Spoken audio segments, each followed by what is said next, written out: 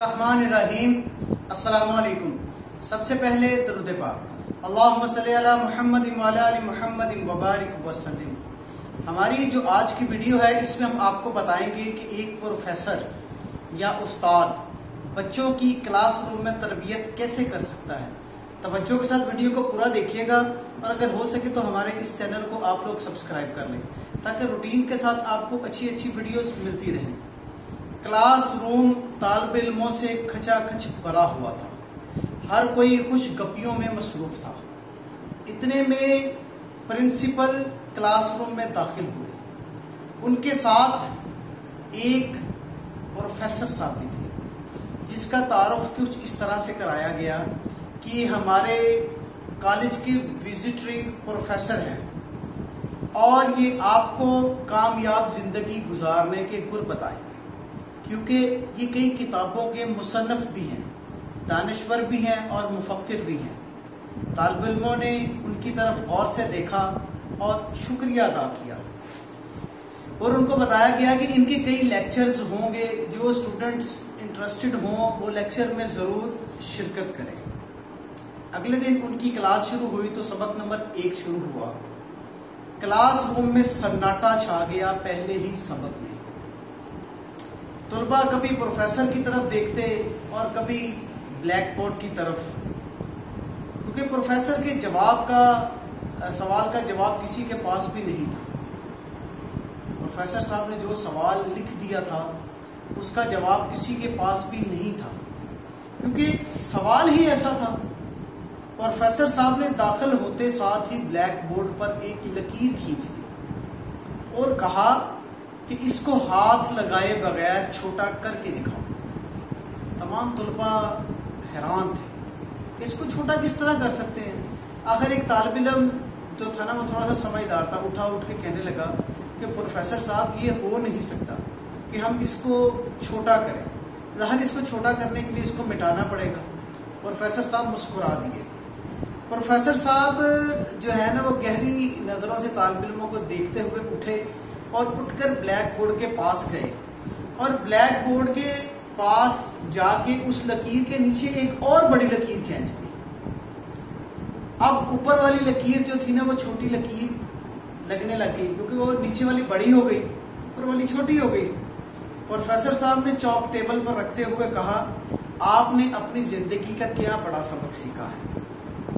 جو سیکھا ہے وہ سبق یہ ہے، وہ سبق آپ کو اس طرح سے ملا ہے کہ دوسروں کو نقصان پہنچائے بغیر، ان کو بدنام کیے بغیر، ان سے حسد کیے بغیر، ان سے الجھے بغیر آپ ان سے کس طرح آگے نکل سکتے ہیں۔ آگے بڑھنے کی خواہش انسان کی فطرت میں شامل ہے۔ ہر انسان کہتا ہے کہ میں دوسرے سے بہتر نظر آؤں، میں دوسرے سے آگے نکل جاؤں۔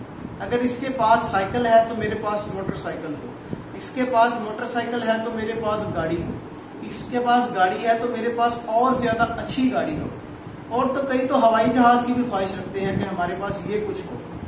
تو وہ انسان دوسروں کو گرائے بغیر، چھوٹا بنائے بغیر کس طرح اپنے آپ کو بڑا بنا سکتا ہے۔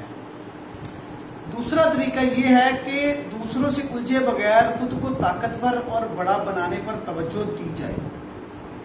اور ترقی کا صحیح طریقہ بھی یہ ہے، یہ طریقہ کئی قوموں نے استعمال کیا، جس طرح چائنا وغیرہ کی مثال ہمارے سامنے ہے۔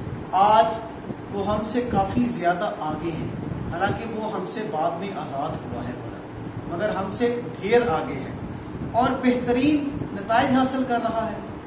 اچھا، اگلے دن نا سبق نمبر 2 شروع ہوا نا، تو کلاس میں داخل ہوتے ساتھ ہی پروفیسر صاحب نے نا بلیک بورڈ پر ایک سفید کاغذ چسپاں کر دیا، سفید کاغذ لگا دیا۔ اس کے بعد انہوں نے اس سفید کاغذ کے درمیان میں مارکر سے ایک سیاہ نقطہ بنا دیا اور پھر اپنا رخ کلاس کی طرف کرتے ہوئے پوچھا کہ آپ کو کیا نظر آ رہا ہے؟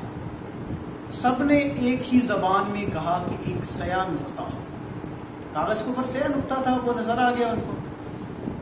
تو طالب علم انتظار کر رہے تھے کہ ہماری بات درست ہے تو دیکھتے ہیں پروفیسر صاحب آج کیا کہتے ہیں، کیونکہ پروفیسر صاحب نے کل لکیر کھینچی تھی، آج نقطہ بنا دیا ہے۔ پروفیسر صاحب نے مسکراتے ہوئے کہا، حیرت ہے آپ لوگوں کو اتنا بڑا سفید کاغذ نظر نہیں آیا، آپ کو اس کے درمیان میں ایک چھوٹا سا نقطہ نظر آ گیا، حالانکہ سفید کاغذ اپنی چمک اور دمک کے ساتھ آپ کے سامنے نظر آ رہا ہے۔ دنیا میں کیے گئے لاتعداد کام سفید کاغذ کی طرح ہوتے ہیں، جن میں سے 99% کام اچھے ہوتے ہیں۔ بہت سے کام دنیا میں ہم کرتے ہیں جو بہت اچھے ہیں، لاتعداد ہیں 99%، مگر ایک غلطی یا محض خرابی ایک چھوٹے سے نقطے کی مانند ہوتی ہے۔ لوگوں کی اکثریت دوسروں کی غلطیاں ڈھونڈنے پر توجہ دیتی ہے، لیکن اچھائیوں کو نظر انداز کر دیتی ہے۔ آپ کی ساری زندگی کی اچھائیاں آپ کی کوئی ایک کوتاہی یا ایک سیاہ نقطہ ان کو زیادہ نظر آتا ہے۔ آپ کی زندگی کی اچھائی ان کو نظر نہیں آتی۔ صرف جسٹ آپ ایک کام غلط کر دیں، ساری زندگی لوگوں کی مدد کرتے رہیں، ساری زندگی لوگوں کا کام کرتے رہیں، ساری زندگی لوگوں کی ہیلپ کرتے رہیں، ان کو سمجھاتے رہیں، ان کے کام آتے رہیں، مگر جب بھی آپ نے کسی ایک کو نہ کر دیا، اونلی ون، صرف ایک کو نہ، وہ آپ کی تمام اچھائیوں پر برائی بھاری پڑ جائے گی۔ وہ نہیں دیکھا جائے گا کہ آپ نے کتنے لوگوں کی مدد کی ہے، مگر آپ نے ایک بار ان کو جواب دے دیا تو وہ آپ کی برائی بن جائے گی۔ آپ آدھا گلاس پانی کا بھر کر اگر 100 لوگوں سے پوچھیں گے نا تو کم از کم 80% لوگ یہ کہیں گے کہ آدھا گلاس خالی ہے، اور 20% لوگ کہیں گے کہ آدھا گلاس پانی ہے۔ دونوں صورتوں میں بظاہر فرق کچھ نہیں ہے، لیکن در حقیقت میں یہ دو قسم کے انداز فکر کی نمائندگی کرتے ہیں۔ ان میں سے ایک منفی ہے اور ایک مثبت۔ جن لوگوں کا انداز فکر منفی ہوتا ہے نا، وہ صرف منفی رخ سے چیزوں کو دیکھتے ہیں، کیونکہ ان کو مثبت نظر ہی نہیں آتا، جبکہ مثبت ذہن کے لوگ ہر چیز میں خیر تلاش کرتے ہیں۔ ہماری زندگی کے معاملات میں لوگوں کے رد عمل گہرے اثرات مرتب کرتے ہیں، یعنی کہ ہم روٹین میں سنتے ہیں کہ لوگ کیا کہیں گے، ایسے جملے ہم روٹین میں سنتے ہیں کہ لوگ کیا کہیں گے۔ روایتی جملے جو ہوتے ہیں نا، ہمیں ہمیشہ دو راہوں پر گامزن کرتے ہیں۔ یہ دوراہی فیصلہ لینے میں سب سے بڑی رکاوٹ بن جاتی ہے۔ اس صورتحال میں صرف نفسیاتی الجھن کا شکار ہو کر ہم رہ جاتے ہیں۔ اس لیے آپ مستقبل میں کوئی بھی کام کریں، کوئی بھی راہ چنیں، تو یہ یاد رکھیں کہ آپ ہر شخص کو مطمئن نہیں کر سکتے۔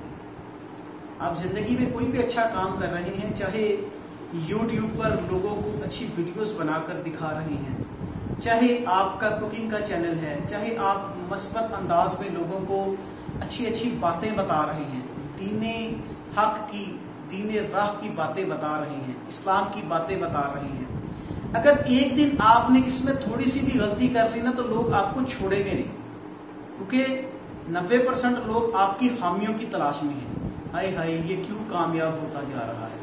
تو کوشش کریں اپنی زندگی میں صرف مثبت لوگوں کو جگہ دیں اور منفی لوگوں کو زندگی سے خارج کر دیں۔ انشاءاللہ اس ویڈیو کا اگلا حصہ آپ کو کل کو بتائیں گے۔ پروفیسر صاحب کی لیکچرز جو باقی ہیں انشاءاللہ کل آپ کو سنائیں گے۔ جزاک اللہ۔